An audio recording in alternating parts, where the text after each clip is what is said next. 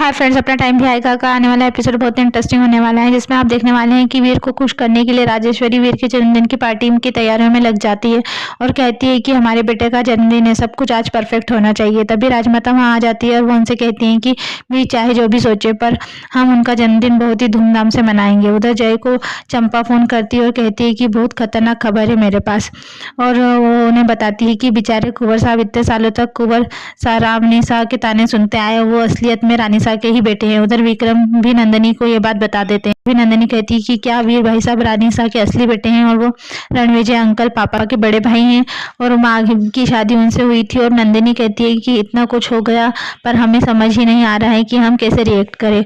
और वह कहती है कि हाँ, सब कुछ ठीक तो है ना भाई, हम आज ही शाम को वहाँ पर घर आ रहे हैं। अभी नंदिनी को जैसे ये खबर मिलती है, वो जय को आवाज लगाती है खबर देने के लिए। चंपा जय से फोन पर कहती है कि आपका तो पत्ता पक्का कट होने वाला है। जय सोचता है कि रानी साहिबा ये तो हमारा एक लौता सहारा थी, अब वो भी छीन गया तो सब बर्बाद हो जाएगा। उधर राजेश्वरी वीर के बर्थडे के में बहुत ही बड़े इंतजाम करती है। तभी वीर पार्टी में आते हैं और राजेश्वरी को देखकर खफा हो जाते हैं। रानी वीर का मूड ठीक करने के लिए अपना हाथ वीर के हाथ में डाल आगे बढ़ती है। नंदिनी वीर को देखकर उससे गले लग जाती है और अपने बड़े पापा रणविजय से भी मिलती है। जय वीर को टोन मारता है और कहता है ये तो कमाल हो गया, आप रानी शाह के असली बेटे निकल गए। वीर जय को गुस्से में देखने लगते हैं, पर विक्रम उन्हें केक काटने के लिए बुला लेते हैं। वीर राजेश्वरी को देखकर नाराज होते हैं, मगर रानी संभाल लेती है और कहती है जल्दी काटिए ना डॉक्टर साहब, भूख से हमारे पेट में डीजे बज रहा है। सभी वीर को केक खिलाते हैं। राजेश्वरी भी वीर को केक खिलाने के लिए लगती है, मगर वो नहीं खाते और उनके पिताजी के हाथ से केक खा लेते। राजेश्वरी भी वहां से दुखी होकर चली जाती है, पर उनके पीछे रानी जाती है और उनसे कहती है कि रानी शाह,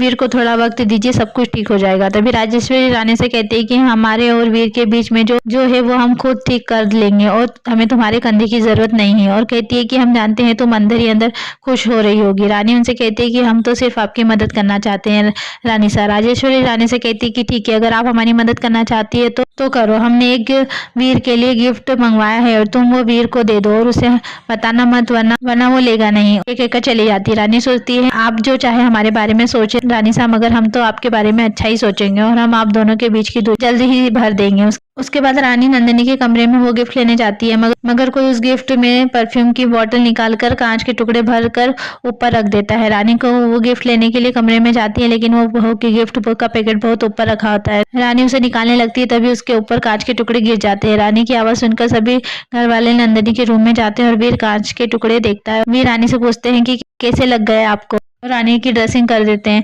मगर रानी वीर से बात छुपा लेती है और कहती है कि चलिए बाहर मेहमान इंतजार कर रहे होंगे। राजेश्वरी कहती है कि एक गिफ्ट तो संभाला नहीं गया आपसे और मेहमानों की परवाह कर रही हैं, और वहां से गुस्से में चली जाती है। उनके पीछे रणविजय भी जाते हैं और कहते हैं आपको अपनी बहू से इस तरह बात नहीं करना चाहिए थी। राजेश्वरी कहती है घाव तो हमें भी लगा है, मगर फर्क इतना है कि हमारा घाव दिखता नहीं है। तभी रणविजय कहते हैं कि मानते हैं हमसे गलतियां हुई हैं, मगर हमारा गुस्सा किसी और पर निकालना भी तो ठीक नहीं है। राजेश्वरी कहती है आप जानते ही क्या है रिश्तों के बारे में, इतने सालों बाद आकर हमें नसीहत दे रहे हैं। एक भी रिश्ता आपने अपनी जिंदगी में निभाया है और आप क्यों आए हैं और किस रिश्ते से। तभी वीर वाकर उनसे कहते हैं कि ये मेरे पिता होने के रिश्ते से आए हैं। आगे की अपडेट के लिए हमारे चैनल को सब्सक्राइब कीजिए, शेयर कीजिए, लाइक कीजिए। Thank you.